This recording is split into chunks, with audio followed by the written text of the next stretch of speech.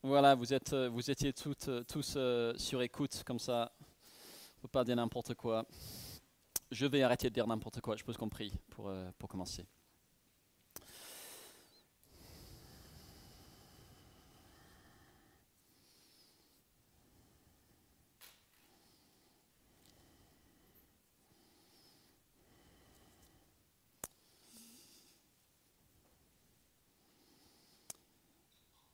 Moi qui suis le plus petit de tous les saints, j'ai reçu la grâce d'annoncer parmi les non-juifs les richesses infinies de Christ et de mettre en lumière pour tous les hommes comment se réalise le mystère caché de toute éternité en Dieu qui a tout créé.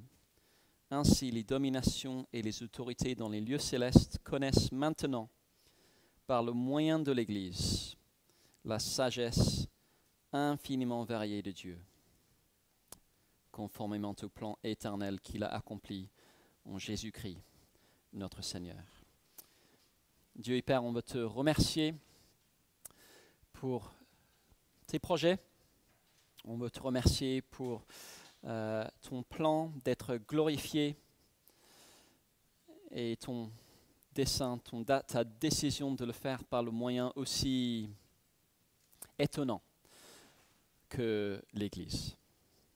Merci parce qu'elle est précieuse à tes yeux, elle est tellement importante à tes yeux. On veut te demander que tu nous aides à avoir ton regard sur elle. Aide-nous cet après-midi, au nom de Jésus. Amen. Ok, bienvenue, merci d'être là. La dernière fois, on avait commencé une nouvelle série de Dimanche la Forme qui s'appelle Pourquoi s'embêter avec l'Église ? Et on avait vu que l'Église, ce n'est pas un bâtiment, ce n'est pas une réunion, ce n'est pas une dénomination, mais c'est un rassemblement de personnes. Et plus particulièrement, l'Église, c'est le rassemblement de Christ par son sang, autour de sa parole et pour sa gloire. On avait vu que l'Église, c'est la chose la plus importante qui se passe dans l'univers aujourd'hui. Elle n'en a peut-être pas l'air, mais elle l'est. Et on avait vu, et Jason nous l'a rappelé ce matin, que l'Église, on peut parler de l'Église de deux façons. Le rassemblement universel de Christ par son sang autour de sa parole pour sa gloire. L'ensemble des chrétiens partout dans le monde rassemblés devant le trône de Dieu dans le ciel pour toujours. Et puis il y a le rassemblement local de Christ par son sang, autour de sa parole, pour sa gloire, comme l'Église Connexion, n'importe quelle autre église locale, n'importe quel autre rassemblement local dans le monde. Cet après-midi, qu'est-ce qu'une église qui va bien ? Qu'est-ce qu'une église en bonne santé ? Et à vous d'en discuter autour des tables pour commencer. Première page dans le livret, vous avez un petit encadré avec deux questions pour commencer. Quelles seraient pour vous les 3 marques les plus importantes d'une église en bonne santé ? Et puis, s'il fallait choisir une image pour représenter une église qui va bien, quelle image choisiriez-vous ? 5 minutes pour ça, c'est à vous, c'est parti.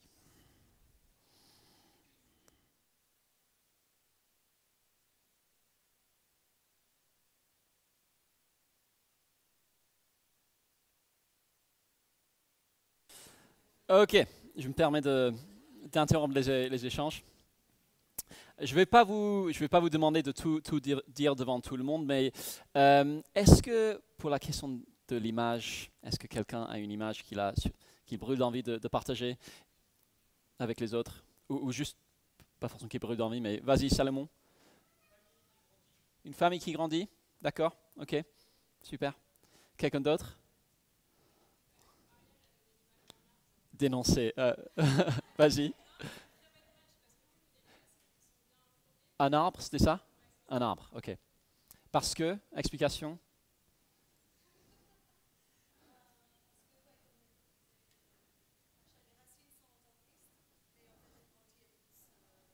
Ouais. Oui, super. Quelqu'un d'autre ? Une dernière personne peut-être ? Marjo ?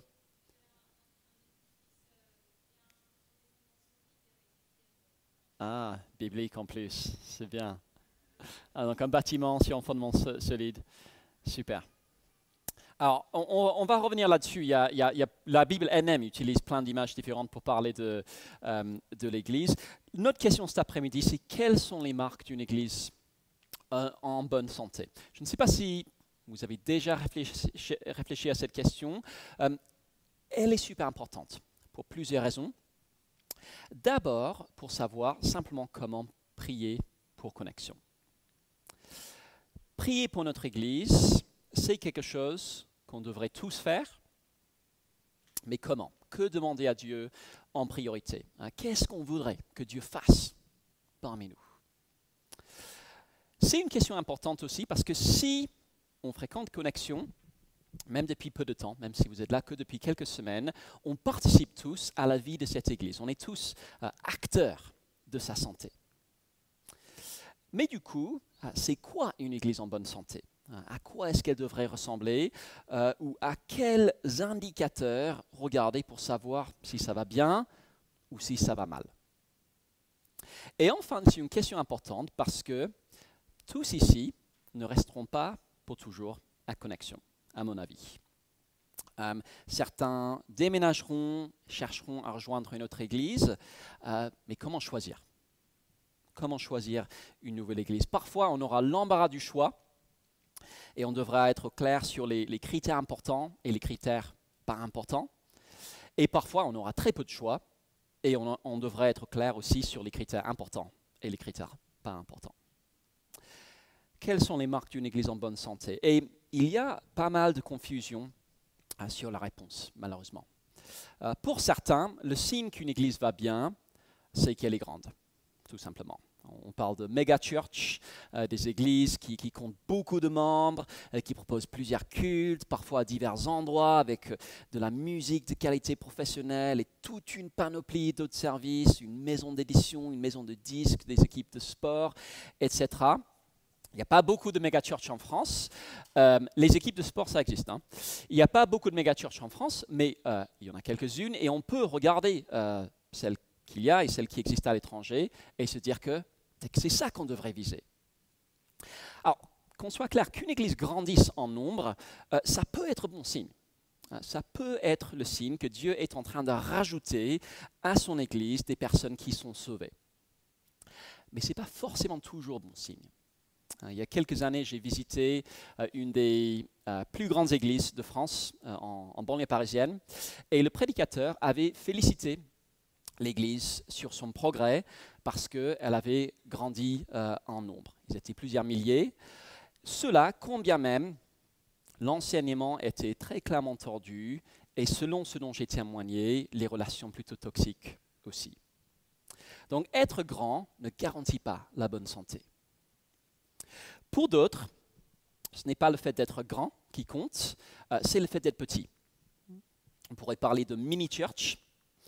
Il y a tout un mouvement aujourd'hui qui dit qu'une église idéale ne devrait pas compter plus d'une douzaine de personnes. Et l'idée est d'avoir des petites communautés avec des relations très proches qui, dès qu'elles dépassent une douzaine de personnes, se divisent pour faire plusieurs églises. Alors c'est une idée intéressante. Comme on va le voir, c'est bien, c'est important d'avoir des relations proches et aussi de viser la multiplication. En même temps, je ne trouve pas dans la Bible d'indication qu'une bonne église doit être petite. Au début du livre des Actes, ils étaient 5000. Et enfin, peut-être qu'on pense que le signe d'une église en bonne santé, c'est qu'elle est à la mode. Elle attire. Et encore une fois, le fait qu'une église attire, ça peut être bon signe, ça peut montrer que le Saint-Esprit est à l'œuvre. Mais, comme on dit, les foules attirent les foules. Ce n'est pas si difficile que ça de rassembler du monde. Et une église peut être à la mode pour plein de mauvaises raisons. Elle a peut-être cultivé une image de marque qui plaît. Peut-être que son pasteur dégage un charisme particulier. Pas toujours sain, S-A-I-N. Peut-être qu'elle enseigne simplement ce que les gens ont envie d'entendre. Être l'église in du moment ne garantit rien non plus. Quelles sont les marques d'une église en bonne santé? On va passer l'après-midi dans 1 Thessaloniciens, la lettre de 1 Thessaloniciens, qui est une lettre qui a été écrite à un groupe de personnes qu'on n'aurait pas choisi comme modèle pour savoir ce qu'est une église en bonne santé. Imaginez la situation. Il y a 2 samedis, 8 personnes se sont faites baptiser. Certains y étaient. Imaginez que le lendemain, ces personnes arrivent ici pour le culte et le reste de l'église a disparu. On a tous été arrêtés, mis en prison. Les 8 nouveaux baptisés sont seuls. En fait, imaginez que non seulement tous les membres de Connexion ont disparu, tous les autres chrétiens de Paris ont disparu aussi. En fait, imaginez que non seulement tous les autres chrétiens de Paris ont disparu, mais les autorités menacent d'arrêter toute autre personne qui professe la foi en Jésus. C'était ça la situation des chrétiens à Thessalonique, la ville en Grèce. C'était ça la situation des Thessaloniciens. L'apôtre Paul était arrivé dans leur ville, il avait annoncé l'évangile, certains s'étaient convertis, peut-être un peu plus de 8, mais quand même petite minorité. Et puis au bout de seulement 3 semaines, peut-être aussi un séjour aussi court que 3 semaines, les chrétiens sont persécutés, Paul doit partir, et cette petite église, ce petit groupe de chrétiens est laissé derrière. Moi, je n'aurais pas été très optimiste sur leur avenir, et je ne pense pas que j'aurais choisi cette église-là comme le modèle à imiter. Mais c'est ce que Paul les appelle. Chapitre 1, verset 7, c'est dans le livret. Paul dit, chapitre 1, verset 7, « Vous êtes devenus un modèle pour tous les croyants de la Macédoine et de l'Achaïe, la Grèce. » Ce petit groupe de jeunes chrétiens persécutés pour leur foi, un modèle de ce que devrait être une église en bonne santé. En quoi sont-ils un modèle? On peut tourner la page 2 dans le livret. Paul donne un résumé très utile des marques d'une église en bonne santé. Chapitre 1, verset 3. Nous nous rappelons sans cesse l'œuvre de votre foi, le travail de votre amour et la fermeté de votre espérance. Voilà les marques d'une église en bonne santé: une foi active, un amour actif et une espérance ferme. On va passer l'après-midi à réfléchir à ce que ça voudrait dire pour nous d'imiter les Thessaloniciens. Et voici la définition d'une église en bonne santé que je tire de 1 Thessaloniciens. Donc elle est tout à fait perfectible et vous allez pouvoir la corriger s'il faut.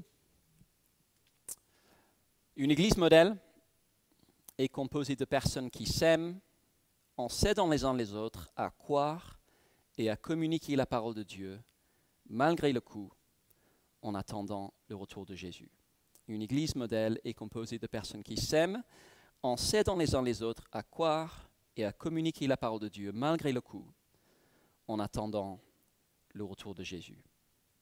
Ou si vous préférez les images, voici celle qui pour moi correspond le mieux à l'enseignement de 1 Thessalonicien, l'équipage d'un canot de sauvetage. C'est ça une église locale qui va bien, je pense, selon 1 Thessalonicien, l'équipage d'un canot de sauvetage. C'est une équipe qui s'accroche à ce qui les sauve, qui aide les autres à s'y accrocher aussi, en faisant tout pour arriver à destination, pour arriver à bon port. Alors c'est encore à vous de travailler. Page 2 et 3, vous avez 2 textes de 1 Thessaloniciens. On va réfléchir sur la première marque d'une église en bonne santé, à la foi. Donc 5 minutes pour lire ces textes tirés de 1 Thessaloniciens et discuter de cette question. Quels sont les traits caractéristiques de la foi des Thessaloniciens? On va prendre 5 minutes pour ça et puis on se retrouvera. Donc c'est à vous.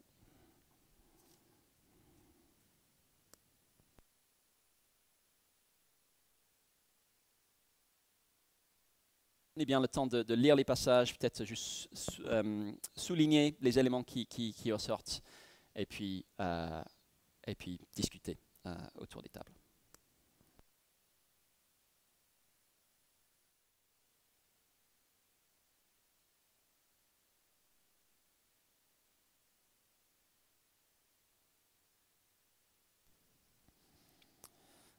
Ok les amis, je me permets de vous interrompre.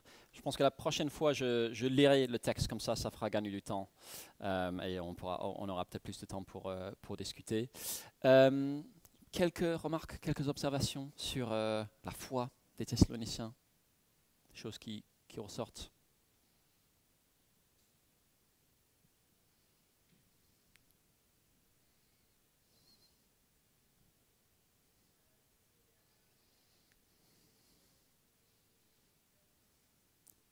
Ils ont imité le Seigneur. Ouais, une foi qui imite le Seigneur. Super. Quelqu'un d'autre?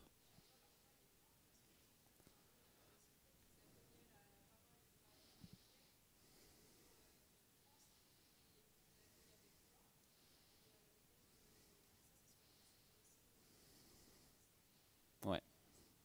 Ouais. Une foi qui accueille la parole dans la difficulté. Ouais. Quelqu'un d'autre?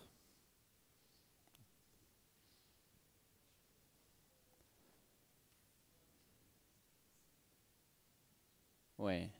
C'est une foi qui est visible à tous les autres. Ouais. Tu penses à quoi, Kevin?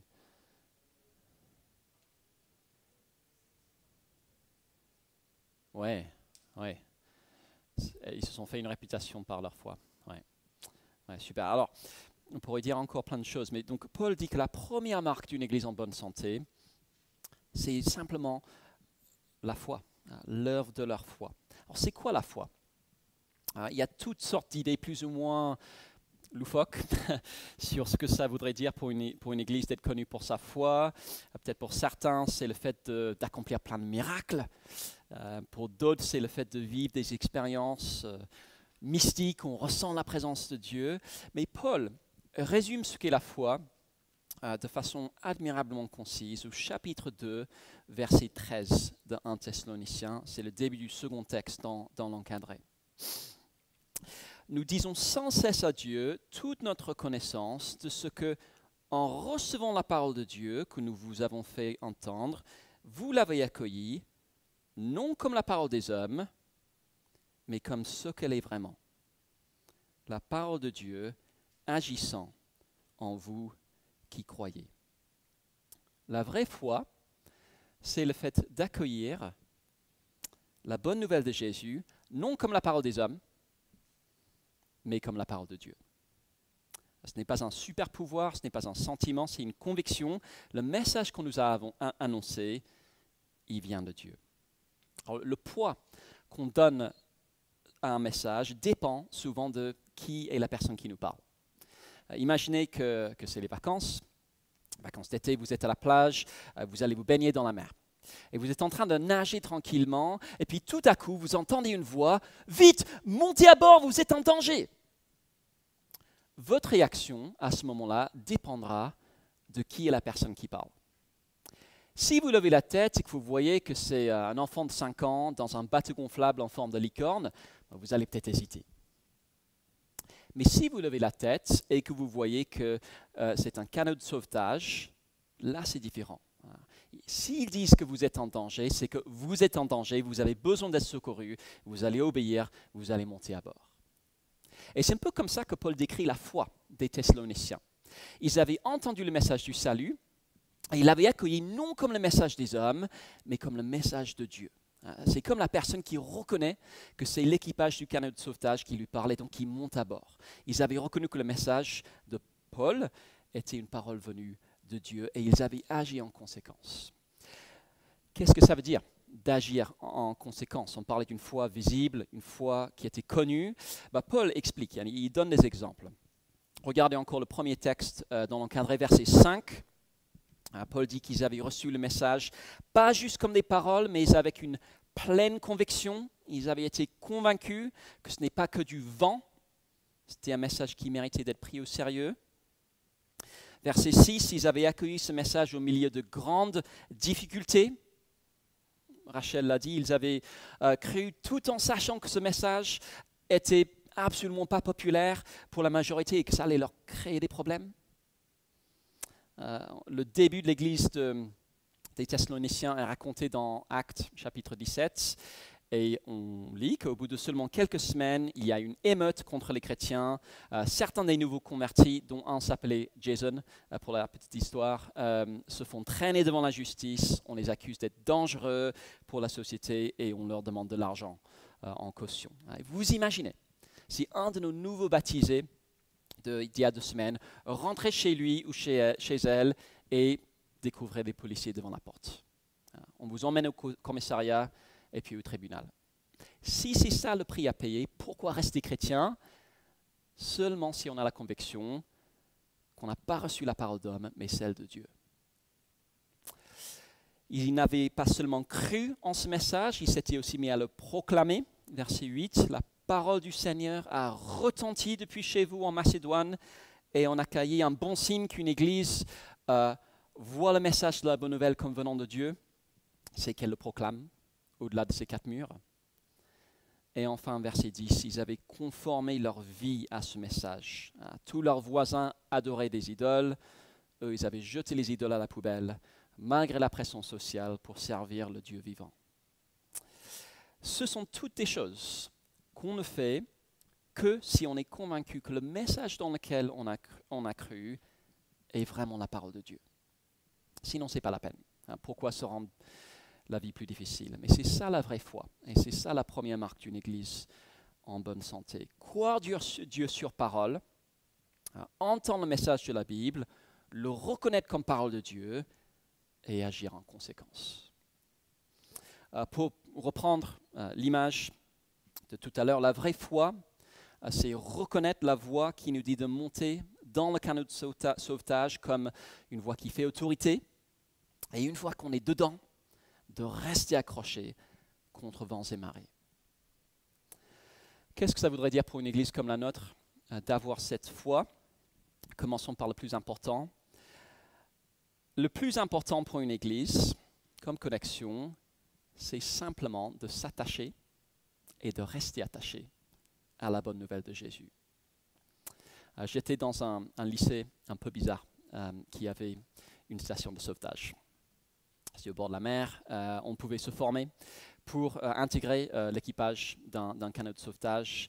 Et j'avais des amis qui passaient beaucoup de temps juste à apprendre à rester dans le bateau. Quand même, si tu es membre de l'équipage d'un canot de sauvetage, c'est mieux de pouvoir rester dedans, juste rester accroché, ne pas tomber par-dessus bord.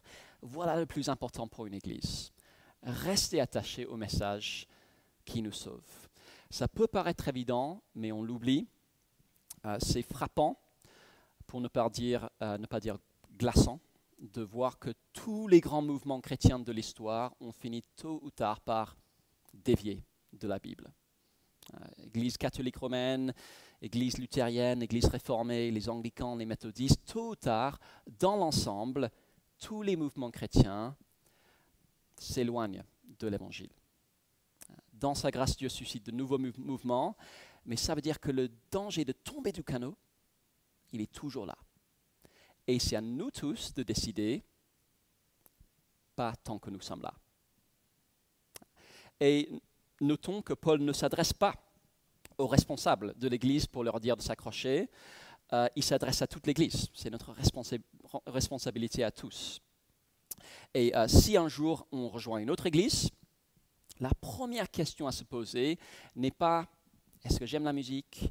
ou « est-ce que les gens sont beaux ?» C'est « est-ce qu'elle fait tout pour rester attachée à la parole de Dieu ?» Ensuite, une église en bonne santé s'accroche à la parole de Dieu malgré le coût que cela implique. Et il y aura toujours un coût. Les Thessaloniciens étaient persécutés, mais même si on n'est pas persécuté comme eux, on subira d'autres sortes de pressions. Debs a dit dimanche dernier, qu'elle est soutenue par des églises au Royaume-Uni, moi aussi. Et ce sont des églises qui sont actuellement dans une situation très douloureuse parce qu'elles appartiennent à une dénomination, l'Église anglicane, dont les hauts responsables veulent changer le message de la Bible, tout simplement. Et ceux qui résistent, qui ne veulent pas aller dans ce sens, qui veulent s'attacher à la Bible, doivent accepter le coût que cela implique. Être traités d'arriérés, perdre le soutien de la hiérarchie, etc. Et ce sera la même chose pour nous. Il y aura toujours des pressions pour nous éloigner de la parole de Dieu. Parfois venant de l'extérieur, quand des aspects de notre message ne plaisent pas à nos contemporains, parfois venant de l'intérieur. Et je pense qu'un des plus grands dangers pour une église comme Connexion n'est pas d'abandonner la Bible complètement, c'est simplement de mettre autre chose que la Bible au centre. Garder la Bible, mais pas la mettre au centre. C'est possible d'être une église qui se dit évangélique, qui affirme la Bible comme parole de Dieu, mais qui, en pratique, met l'accent sur autre chose. Peut-être la musique, peut-être un engagement social, peut-être la vie communautaire, qui est super important, mais qui n'est pas première. La parole qui crée la communauté, c'est elle qui est première. Une église en bonne santé s'accroche à l'évangile, quelles que soient les pressions ou les coups. Et enfin, une église en bonne santé n'est pas seulement attachée à la parole de Dieu, elle est enthousiasmée par la parole de Dieu. Les Thessaloniciens avaient accueilli la parole au milieu de grandes difficultés avec la joie du Saint-Esprit. Ils souffraient, ils avaient de la joie grâce à cette parole. Est-ce qu'on partage leur enthousiasme? Est-ce qu'on cherche tous à mieux connaître notre Bible? Si elle est parole de Dieu et non des hommes, on serait fou de ne pas la faire. J'étais dans une église où les membres faisaient joyeusement plusieurs heures de préparation par semaine avant de venir à l'étude biblique. Parfois, ils se retrouvaient par 2 ou 3 pour se préparer ensemble, lire le texte, réfléchir dessus, noter leurs questions. Pourquoi pas faire la même chose? Vous avez payé 3 € pour un manuel romain, autant les rentabiliser. Peut-être que vous avez un groupe de disciples, un petit groupe de 2-3 personnes qui se réunissent pour passer du temps ensemble. Peut-être que vous ne savez pas quoi faire quand vous vous voyez. Pourquoi pas regarder ensemble le passage que vous allez étudier la prochaine fois dans votre groupe de co pour pouvoir être le mieux préparé possible pour le groupe de co. Si on veut éviter de tomber du canot, la meilleure défense, c'est l'attaque. On ne reste pas attaché à la vérité en s'enfermant dans sa chambre pour éviter tout contact avec le monde. On reste attaché à la vérité en se passionnant pour la parole de Dieu et en saisissant toutes les occasions pour mieux comprendre ce qu'elle dit. Est-ce qu'on comprend que c'est notre job à nous tous d'annoncer la parole de Dieu les uns aux autres? C'est pour ça qu'on est là dimanche. Jason y a fait allusion tout à l'heure, pour se dire la vérité dans l'amour. On commence à bien connaître ce verset. Ce n'est pas difficile à faire. Il suffit de demander à quelqu'un « Qu'est-ce que tu as pensé de la prédication ce matin ?» Aussi simple que ça, pendant le déjeuner. Et est-ce qu'on comprend que c'est aussi notre job à tous de l'annoncer au-delà de ces 4 murs? Une église en bonne santé, c'est une église où on essaie tous de saisir des occasions pour communiquer l'évangile autour de nous. On n'est pas tous appelés à prêcher dans la rue, mais je pense qu'on est tous appelés à partager la bonne nouvelle de Jésus là où on peut et à prier pour des occasions pour le faire. Tout ça veut dire qu'une bonne question de diagnostic à se poser sur Connexion ou n'importe quelle autre église, c'est quel est le moteur de cette église? Quel est le moteur de l'église? Qu'est-ce qui la drive? Qu'est-ce qui fait battre son cœur? Est-ce que c'est l'évangile reconnu comme parole de Dieu et non des hommes? Ou est-ce que c'est autre chose? Première marque d'une église en bonne santé, la foi. Accueillir la parole de Dieu, quel que soit le coût. Alors prenons 5 minutes pour discuter autour de nos tables. Dans l'encadré de la page 3, vous avez 2 questions. Qu'est-ce que cela voudrait dire pour nous à Connexion d'imiter cette foi modèle? Et voyons-nous des zones dans lesquelles on peut encore progresser. 5 minutes pour en discuter et puis on passera au point suivant.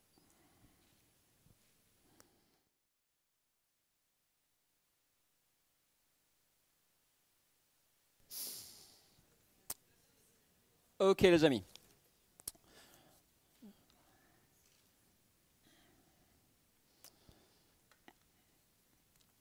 Ok, donc la première marque d'une église en bonne santé, c'est la foi. Deuxième marque, Paul parle du travail de leur amour. Et on peut passer à la page 4. On va faire la même chose que tout à l'heure. Je vais peut-être simplement lire les textes en question, comme ça ira un peu plus vite. Mais on va se poser la question, enfin vous allez vous poser la question et discuter autour des tables de la question, quels sont les traits caractéristiques de l'amour manifesté à Thessalonique? Et je mets manifesté à Thessalonique parce que Paul parle pas mal de lui-même et aussi des Thessaloniciens. Donc page 4, et il y a plusieurs extraits. Je vous invite à suivre avec moi et puis je vous donne encore quelques minutes autour des tables pour discuter. Paul dit ceci: « Jamais en effet nous n'avons eu recours à des paroles flatteuses, comme vous le savez. Jamais nous n'avons eu la soif de posséder pour mobile, Dieu en est témoin. Nous n'avons pas recherché la gloire qui vient des hommes, ni de vous, ni des autres. Nous aurions pu nous imposer en tant qu'apôtres de Christ, mais nous avons été pleins de bienveillance au milieu de vous. De même qu'une mère prend un tendre soin de ses enfants, nous aurions voulu, dans notre vive affection pour vous, non seulement vous donner l'évangile de Dieu, mais encore notre propre vie, tant vous nous étiez devenus chers. Vous vous rappelez, frères et sœurs, notre peine et notre fatigue, c'est en travaillant nuit et jour pour n'être à la charge d'aucun d'entre vous que nous vous avons prêché l'évangile de Dieu. Vous en êtes témoins, et Dieu l'est aussi. Nous nous sommes comportés envers vous qui croyez d'une manière sainte, juste et irréprochable. Vous savez aussi que nous avons été pour chacun de vous ce qu'un père est pour ses enfants. Nous vous avons encouragé, réconforté et supplié de marcher d'une manière digne de Dieu qui vous appelle à son royaume et à sa gloire. Quant à nous, frères et sœurs, séparés de vous pour un peu de temps, de corps, mais non de cœur, nous avons redoublé d'efforts pour vous revoir, car c'était notre grand désir. C'est ainsi que nous avons voulu aller vers vous, du moins moi, Paul, à une ou deux reprises, mais Satan nous en a empêchés. En effet, quelle est notre espérance, ou notre joie, ou notre couronne de gloire? N'est-ce pas vous aussi devant notre Seigneur Jésus lors de son retour? Oui, vous êtes notre gloire et notre joie. Mais Timothée vient de nous arriver de chez vous et il nous a donné de bonnes nouvelles de votre foi et de votre amour. Il nous a dit que vous avez toujours de nous un bon souvenir et que vous désirez nous revoir autant que nous le désirons aussi. C'est pourquoi, frères et sœurs, dans nos angoisses et nos épreuves, nous avons été encouragés à votre sujet par votre foi.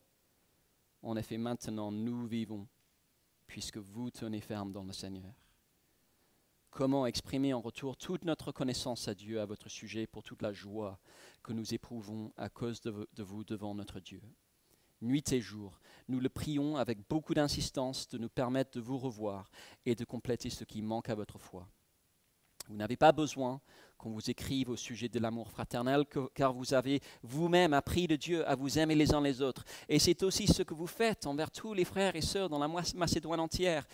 Mais nous vous encourageons, frères et sœurs, à progresser encore, à vous efforcer de vivre en paix, à vous occuper de vos propres affaires et à travailler de vos mains, comme nous vous l'avons recommandé. Ainsi, votre conduite sera honorable aux yeux des gens de l'extérieur et vous ne serez dépendant de personne. Pendant quelques minutes autour des tables, quels sont les traits caractéristiques de l'amour manifesté à Thessalonique?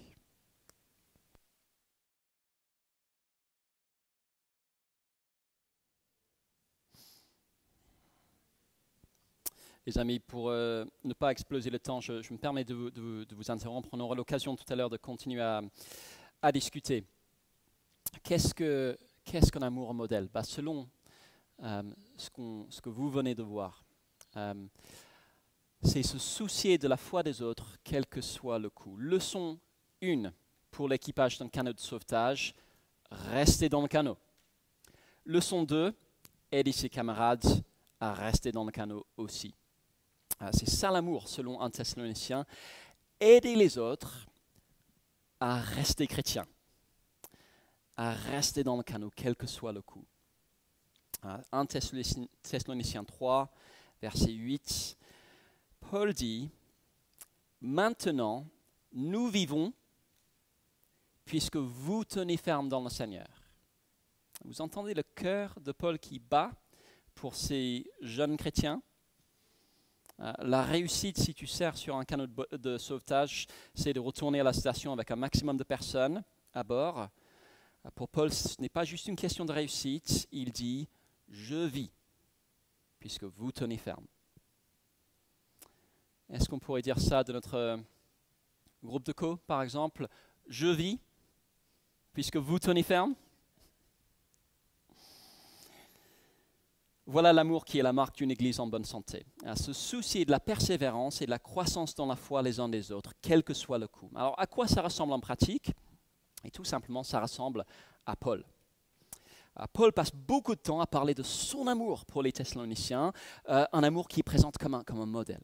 Et c'était un amour qui était d'abord désintéressé.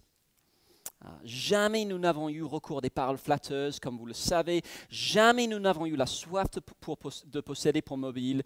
Dieu en est témoin, nous n'avons pas recherché la gloire qui vient des hommes, ni de vous, ni des autres. Paul n'a pas recherché son propre intérêt. Il n'a pas utilisé les Thessaloniciens comme un moyen pour agrandir sa plateforme ou pour atteindre ses propres fins. Il n'a pas pensé à ce qu'il pouvait obtenir en retour. Il a oublié sa propre personne pour se soucier d'eux. L'amour véritable et désintéressé. C'était un amour qui était comme celui d'un parent pour ses enfants. Verset 7, de même qu'une mère prend un tendre soin de ses enfants, nous aurions voulu, dans notre vive affection pour vous, non seulement vous donner l'évangile de Dieu, mais encore notre propre vie, tant vous nous étiez devenus chers. Et encore verset 11, nous avons été pour chacun de vous ce qu'un père est pour ses enfants. Nous vous avons encouragé, réconforté et supplié de marcher d'une manière digne de Dieu. Ce n'est pas juste une relation professionnelle. J'ai signé un CDD pour être votre pasteur pendant 3 semaines. Non, c'est une relation comme celle entre un parent et ses enfants. Et si on est parent, on sait que ce n'est pas une relation donnant-donnant qu'on a avec nos enfants. On n'est pas payé pour ça. En tout cas, si c'est le cas, personne ne me l'a dit. Quand tu es parent, tu payes de ta personne, tu es parfois au bout de ta vie, mais in fine, ça te réjouit parce que tu désires que tes enfants aillent bien. Idem pour Paul vis-à-vis des Thessaloniciens.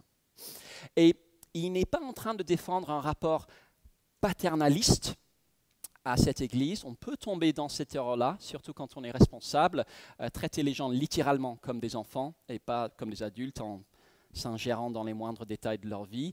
Il ne parle pas d'un amour paternaliste, mais d'un amour paternel. Son premier souci, c'est qu'ils grandissent dans la foi et qu'ils soient protégés de tout ce qui pourrait leur faire du mal. C'était un amour coûteux. Vous vous rappelez, frères et sœurs, notre peine et notre fatigue, c'est en travaillant nuit et jour pour n'être à la charge d'aucun d'entre vous que nous vous avons prêché l'évangile de Dieu. Paul ne dit pas qu'un responsable chrétien ne doit pas être payé.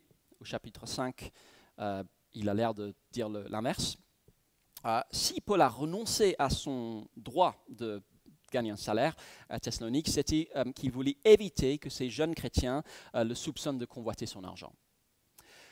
Son amour pour eux n'était pas un sentiment à l'eau de rose, il lui a coûté de la fatigue et de la sueur. C'était un amour constant. 3 verset 10, nuit et jour, nous le prions avec beaucoup d'insistance de nous permettre de vous revoir et de compléter ce qui manque à votre foi. Même quand il n'était pas physiquement à leur côté, il luttait dans la prière nuit et jour de demander de pouvoir les encourager. Et c'était un amour qui désirait leur sainteté. Il les avait encouragés, réconfortés, suppliés de marcher d'une manière digne de Dieu. Ce n'était pas juste « je vous souhaite le meilleur pour vos projets cette année », c'était un amour intentionnel, avec un objectif. Il voulait qu'ils avancent et qu'ils grandissent dans la foi et dans la sainteté. À dire à quelqu'un, mais ça c'était Paul. Il était apôtre. Est-ce que ce modèle qu'il décrit n'est pas plutôt un modèle pour d'autres responsables, pasteurs, anciens, diacres, responsables de groupes de co? C'est sûr que Paul nous dresse un portrait très complet de ce que devrait caractériser un responsable, comme c'est le cas pour plusieurs ici. Et vu le nombre de scandales autour du comportement de leaders chrétiens ces dernières années, voire ces dernières semaines pour le monde évangélique français, c'est important qu'on soit au clair sur ce que Dieu exige d'un responsable. Un amour désintéressé, coûteux, constant, comme un parent et qui vise la sainteté. On peut être le meilleur enseignant au monde et on a besoin de savoir enseigner pour certains rôles. Si on ne manifeste pas cet amour, ce n'est pas le job pour nous. Choisissez bien vos responsables et puis priez pour eux. Mais en fait, ce n'est pas juste un modèle pour les leaders. Parce que Paul prie au chapitre 3, verset 12, que le Seigneur fasse grandir et déborder l'amour que vous avez les uns pour les autres et pour tous les hommes, à l'exemple de celui que nous avons pour vous. Donc, c'est un modèle pour tous. Ça, c'est un modèle pour tous. On fait tous partie de l'équipage du canot. Pas de passagers, seulement des équipiers. C'est notre rôle à tous de nous assurer que personne n'est laissé dans l'eau pour se noyer. C'est le slogan de l'armée américaine, personne laissé derrière. Et voilà l'amour que vous devez rechercher. Personne laissé derrière. Ayons ce souci de la foi des autres, quel que soit le coût. Alors comment le vivre à Connexion? Mon impression, peut-être que je me trompe, mais mon impression c'est que Connexion c'est une église où il y a beaucoup d'amour fraternel. Parfois ça saute tout de suite aux yeux. Quand j'ai invité des personnes pas forcément croyantes au culte, elles l'ont fait remarquer. On voit que les gens s'aiment ici. Parfois c'est plus discret. À mon avis, je ne connais pas 1% de tout ce qui se passe à Connexion. Mon épouse Anne-Sophie a des problèmes de santé. L'autre jour, quelqu'un lui a envoyé un bouquet de fleurs avec un message pour dire « Je ne peux pas enlever tes douleurs, mais je peux essayer d'égayer ta journée. » J'ai l'impression qu'il y a beaucoup d'amour fraternel à Connexion, mais Paul dit aux Thessaloniciens « Vous n'avez pas besoin qu'on vous écrive au sujet de l'amour fraternel, mais nous vous encourageons à progresser encore. » Donc ne vous reposez pas sur vos lauriers, faites encore mieux que ce que vous faites actuellement. Alors, comment pouvons-nous faire encore mieux? Dans une église de plus de 150 personnes, je n'ai pas besoin de vous dire que 4 anciens auront du mal à accompagner chacun individuellement. Il n'y a pas assez d'heures dans la semaine, vous finiriez par les remercier à la petite cuillère, et en fait ce n'est pas leur rôle. Comme on l'a vu ce matin, le rôle des responsables, via le ministère de l'enseignement, est d'équiper tous les chrétiens pour s'édifier, s'encourager et s'accompagner les uns les autres. Donc, en un sens, la question à se poser n'est pas qui va m'accompagner, c'est qui est-ce que je vais accompagner. Quelles sont les personnes auprès de qui je peux m'investir aujourd'hui pour les aimer, quitte à payer de ma personne, en recherchant leur croissance dans la foi? Est-ce qu'il y a quelqu'un qui vient juste d'arriver? Est-ce qu'il y a quelqu'un qui vient juste de se faire baptiser, avec qui je pourrais prendre un café pour ouvrir la Bible ensemble? Est-ce qu'il y a quelqu'un qui passe par une période difficile, auprès de qui je pourrais m'investir? Auprès de qui je peux m'investir? Comment être un bon membre de l'équipage? C'est la célèbre phrase du président Kennedy. Ne demandez pas ce que votre pays peut faire pour vous, mais demandez ce que vous pouvez faire pour votre pays, appliqué à l'Église. À Connexion, le lieu premier pour ce type d'amour intentionnel, c'est le groupe de communauté. C'est là le point de départ pour l'amour qu'on pourrait appeler pastoral, qui recherche le bien spirituel des autres, parce que c'est là qu'on se rassemble pour se dire la vérité dans l'amour. On est dans un groupe de co non seulement pour être nourri, mais pour aider les autres à être nourris. Notre investissement compte pas juste pour nous, mais pour les autres. Et c'est aussi le point de départ pour l'amour pratique. L'autre jour, la voiture de quelqu'un de mon groupe de co a crevé. Elle ne savait pas comment changer la roue. Qui est allé l'aider? D'autres membres du groupe. Dans l'église où j'ai fait mon stage, si quelqu'un avait des problèmes, elle n'avait pas les moyens de payer pour aller au week-end d'église, c'était d'abord les autres membres du groupe d'études bibliques qui mettaient la main à la poche pour l'aider. Si quelqu'un dit qu'il n'est pas accompagné, la première question que je voudrais lui poser serait: es-tu régulier dans ton groupe de communauté? Si la réponse est non, je voudrais d'abord encourager la personne à travailler là-dessus. Ah, mais je ne suis pas formé pour accompagner des gens, à dire à quelqu'un.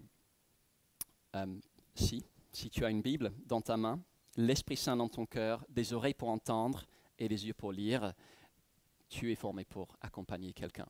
Ce matin, Jason nous a formés à la tâche qui consiste à édifier les autres. Donc on peut le faire. Et ça commence par des toutes petites choses. Venir à l'église avec une Bible.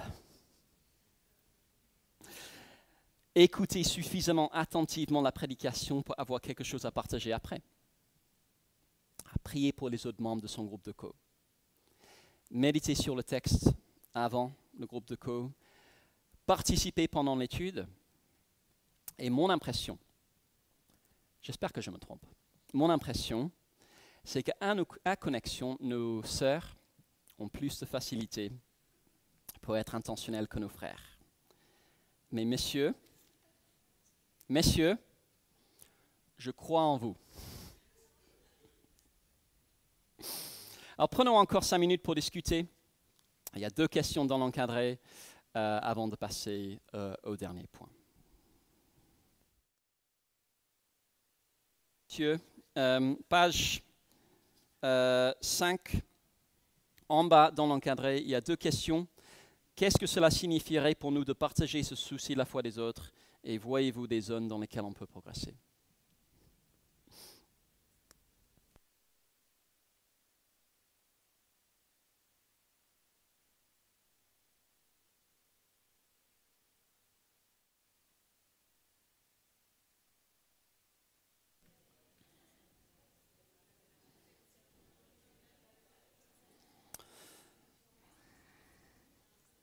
Ok, ça me fend le cœur de vous interrompre. On pourra continuer tout à l'heure. Première marque d'une église en bonne santé, la foi. Deuxième marque, l'amour. Et troisième marque, l'espérance. Page 6 dans les livrets. Et je vais lire encore.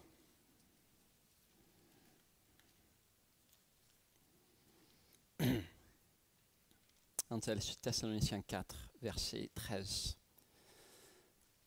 Nous ne voulons pas, frères et sœurs, que vous soyez dans l'ignorance au sujet de ceux qui sont morts, afin que vous ne soyez pas dans la tristesse comme les autres qui n'ont pas d'espérance.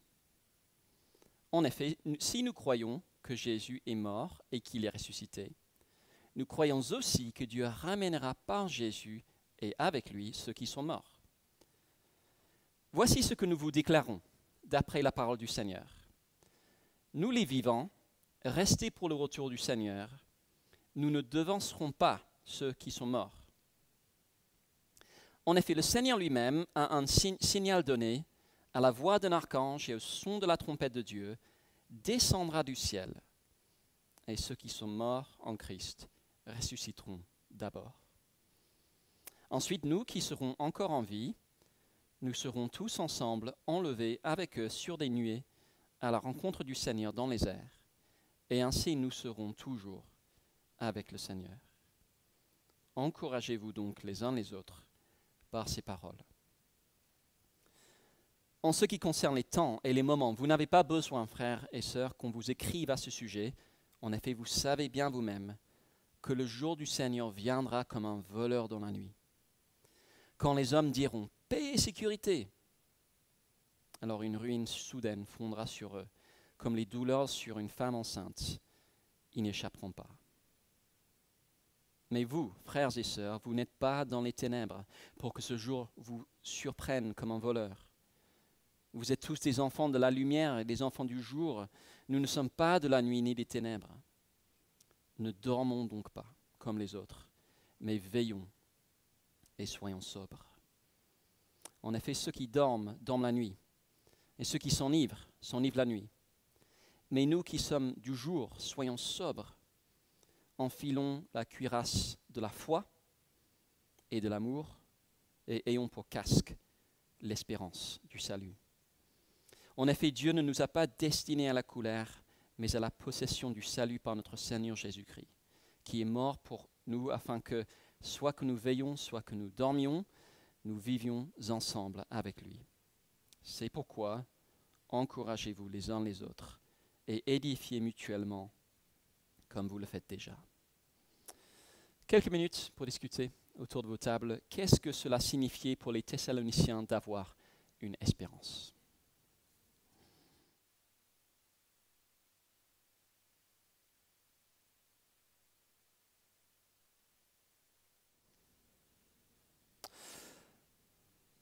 Parlons de l'espérance.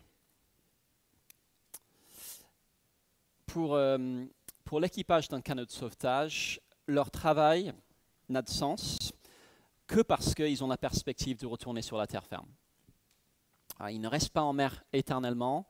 Leur but est de ramener des personnes à terre et c'est le fait de penser à ce retour qui les fait tenir quand ça souffle la tempête. Même chose pour une église. Tout ce que fait une église n'a de sens que parce que Jésus va revenir. Pourquoi faut-il accueillir l'évangile ? Parce que Jésus va revenir. Pourquoi faut-il persévérer dans l'évangile ? Parce que Jésus va revenir. Pourquoi faut-il annoncer l'évangile ? Parce que Jésus va revenir. Pourquoi faut-il aimer les autres pour que les autres restent attachés à l'évangile ? Parce que Jésus va revenir. Le retour de Jésus explique pourquoi on fait ce qu'on fait. Or, le sujet du retour de Jésus et l'espérance qui va avec, c'est une de nos grosses lacunes aujourd'hui. On parle de la foi, on parle de l'amour, mais l'espérance, le retour de Jésus, le jugement dernier et la nouvelle création, ça on en parle beaucoup, beaucoup moins. Or, pour Paul, c'est au même niveau. Foi, amour, espérance. Et peut-être qu'on n'en parle pas parce qu'on vit à une époque très focalisée sur le présent. On n'aime pas penser à l'avenir.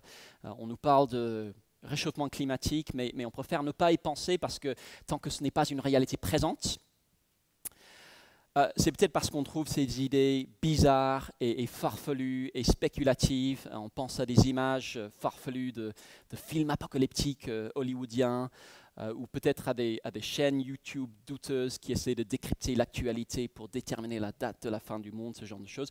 Globalement, on évite de parler de ce sujet.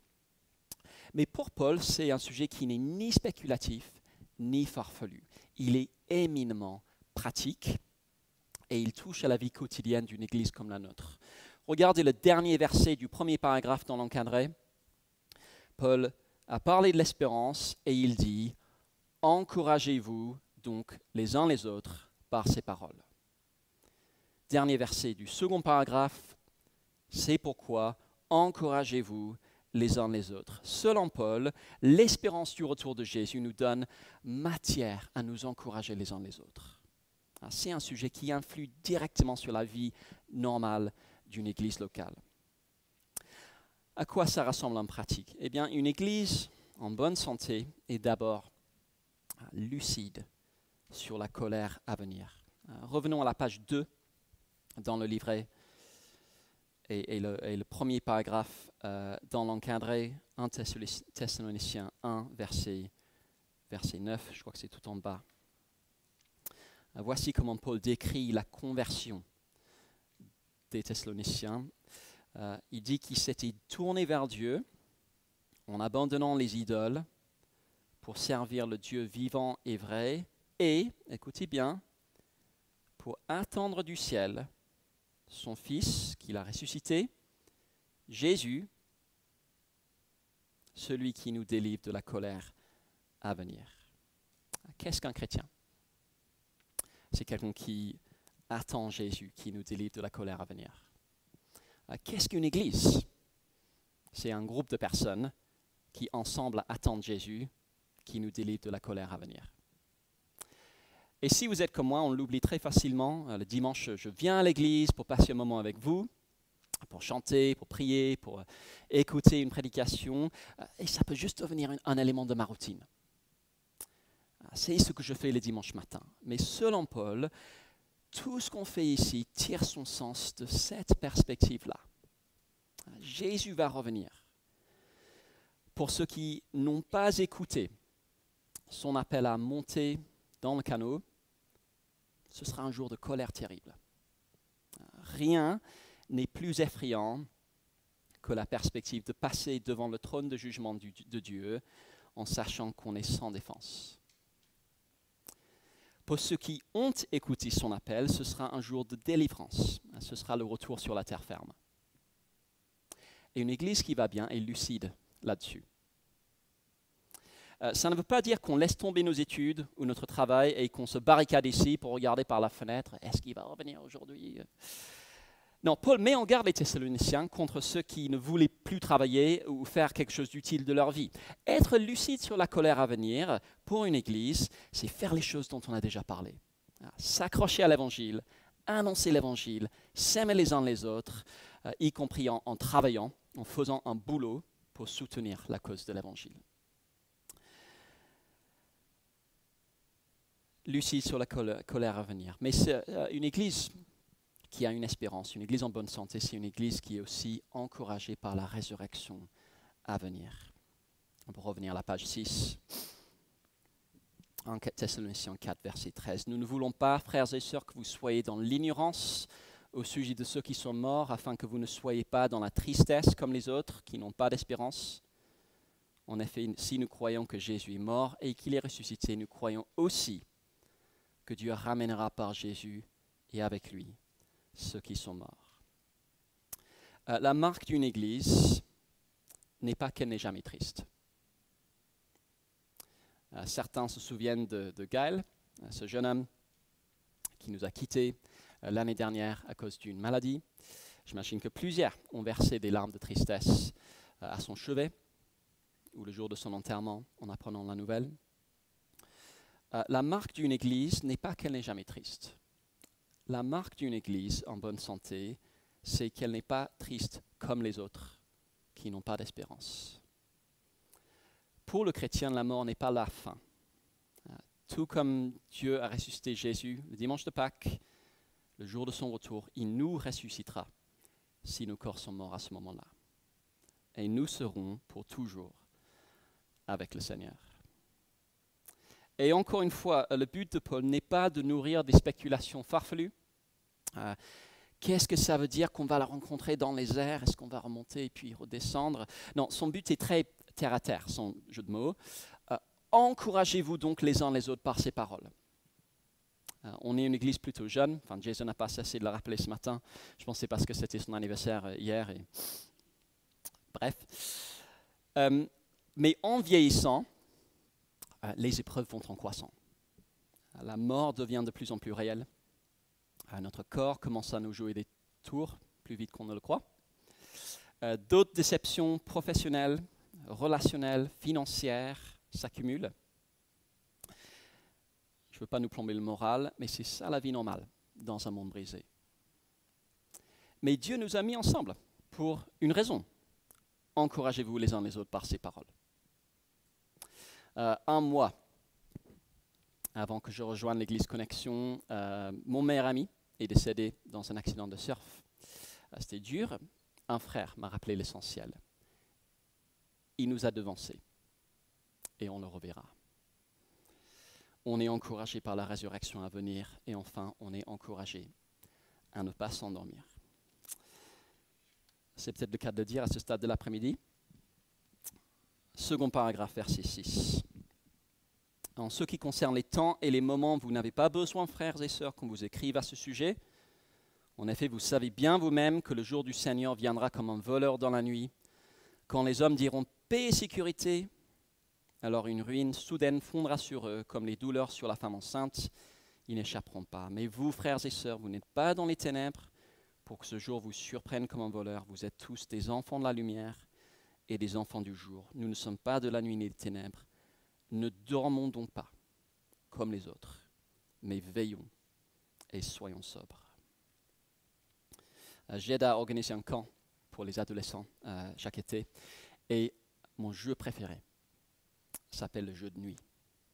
On couche les campeurs en faisant comme si de rien n'était.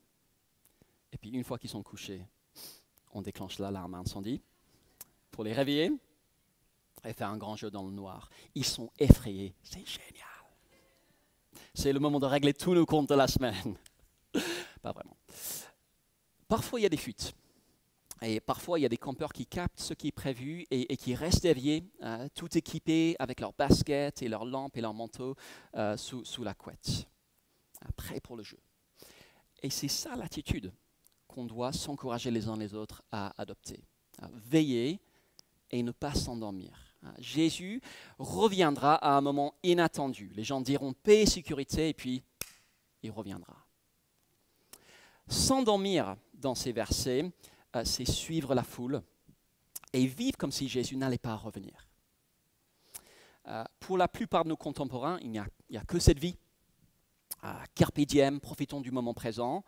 Mais si on est chrétien, on sait qu'on n'a pas que cette vie et qu'on n'est pas encore chez nous et qu'on doit tout faire pour arriver à bon port. On est encore en mer. Ce n'est pas le moment de s'assoupir. L'important n'est pas le confort, c'est d'être le plus nombreux possible à retourner sur la terre ferme. Mais quand on est seul, c'est difficile de garder cette perspective. Dans notre travail ou dans nos études, on est entouré de personnes qui ne voient pas les choses comme ça. Et donc on a besoin les uns des autres pour nous encourager à garder le bon état d'esprit. Accroche-toi. Ne lâche pas l'évangile. Rappelle-toi notre mission. Rappelle-toi notre destination. Quand une église se réunit, c'est comme le moment où l'équipage du canot met de côté ses tâches individuelles pour se rappeler ses objectifs et pour se rappeler la perspective de la sécurité à venir. Les amis, on a froid, on est trempé, on est fatigué, mais quand on sera à terre, on prendra un bon chocolat chaud ensemble. C'est ça qu'on fait. C'est pour ça qu'on se réunit. Dans mon expérience, les personnes qui abandonnent la foi chrétienne ne le font pas du jour au lendemain. On abandonne la foi chrétienne au bout d'une série de mauvaises décisions. Un regard posé un peu trop longtemps sur un collègue non chrétien qui se transforme en flirt, qui se transforme en une relation, qui se transforme en éloignement de Dieu. Une semaine sans lire la Bible qui se transforme en un mois, qui se transforme en une année, qui se transforme en plus jamais. Dieu nous a mis ensemble pour nous envoyer des piqûres de rappel. Ce n'est pas du flicage, mais des encouragements à ne pas nous endormir. Et puisque nous ne savons pas quand est-ce que Jésus va revenir, c'est quelque chose qu'on doit apprendre à faire de plus en plus, de mieux en mieux et sans relâche pour toute notre vie ensemble. On va prendre du temps maintenant pour discuter de comment faire ça. On a parlé de 3 marques d'une église en bonne santé, la foi, l'amour et l'espérance. Et je terminerai juste en disant que si on trouve une église avec ces 3 qualités et qui travaille sur ces 3 qualités, c'est une bonne église. C'est une église en bonne santé. Peu importe s'ils sont 1000 personnes ou 3 grands-mères et leur chihuahua. S'il y a ces 3 qualités, c'est une bonne église. Peu importe s'ils sont jeunes et beaux ou l'inverse de ça. Là où il y a ces marques, c'est une église qui mérite notre investissement et qui mérite qu'on fasse tout pour cultiver ces marques de plus en plus. 5 minutes maintenant pour discuter et après, prenons 5 minutes encore pour prier. Donc 5 minutes pour discuter des questions en rapport avec l'espérance. Donc encadré en bas de la page 7 et ensuite prenons bien du temps à la fin pour prier et puis ce sera la fin. À tout à l'heure.